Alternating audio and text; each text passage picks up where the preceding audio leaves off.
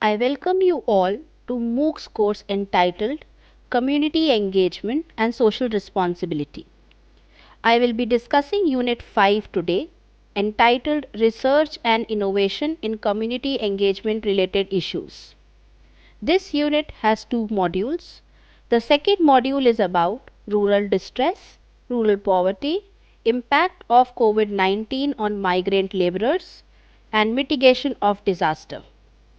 Module 2, Part 5. In fifth part of Module 2, we will be studying about measures of poverty alleviation. In the previous part of the module, we studied rural poverty and its causes.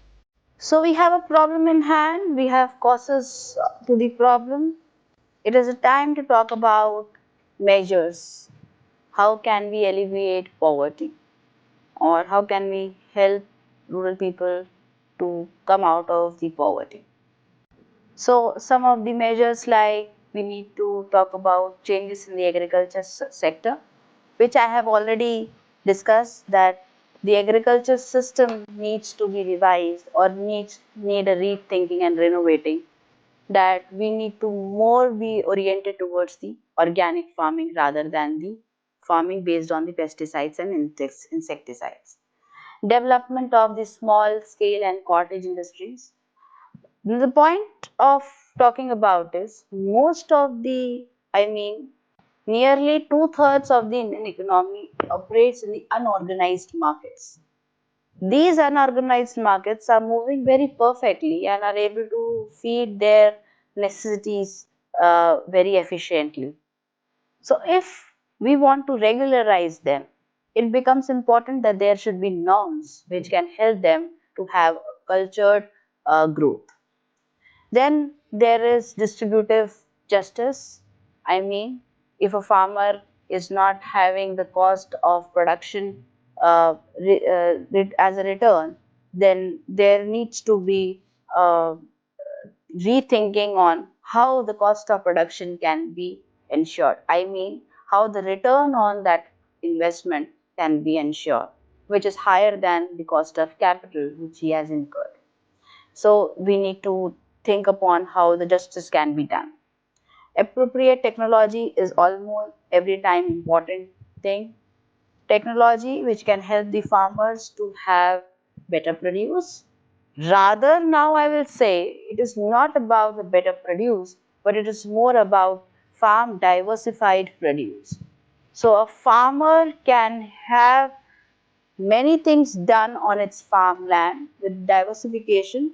Many things, again, I am not proposing to talk about use of pesticides, but what am I referring to? Helping the farmers with the technology to understand what exactly the plant is behaving like. If the plant is going under stress, then what can be the solution so that the plant should not go under stress? There are technologies which talk about the plant stress. There's a case which says if a plant is not getting enough water, there would be symptoms shown by the plant that it is under stress. So these technologies can help the farmer to know what is happening with the plant, what kind of produce would be after some number of months or some number of weeks if he has sowed something, how the soil would react to the plantation, or how would the soil would react to particular farming activity. What are the soil's characteristics? What can how the soil can be enriched without the use of the pesticides, so that farmers can have the increased number of crops grown on their farmlands, and hence they can have the benefit of selling them in the market. Proper implementation of development program is always a need, that whatever development program is proposed and implemented, it needs monitoring, it needs evaluation, that if it is implemented in place or not, it is implemented as desired or not. So certain macro level measures like macroeconomic stability, competitive markets, public investments in physical and social infrastructure are seen to be some constant factors which would always help the farmers to come out of their poverty. Hence, in this part, we studied about measures of poverty alleviation. In the next part, we will study about case of migrant workers. Thank you all for joining.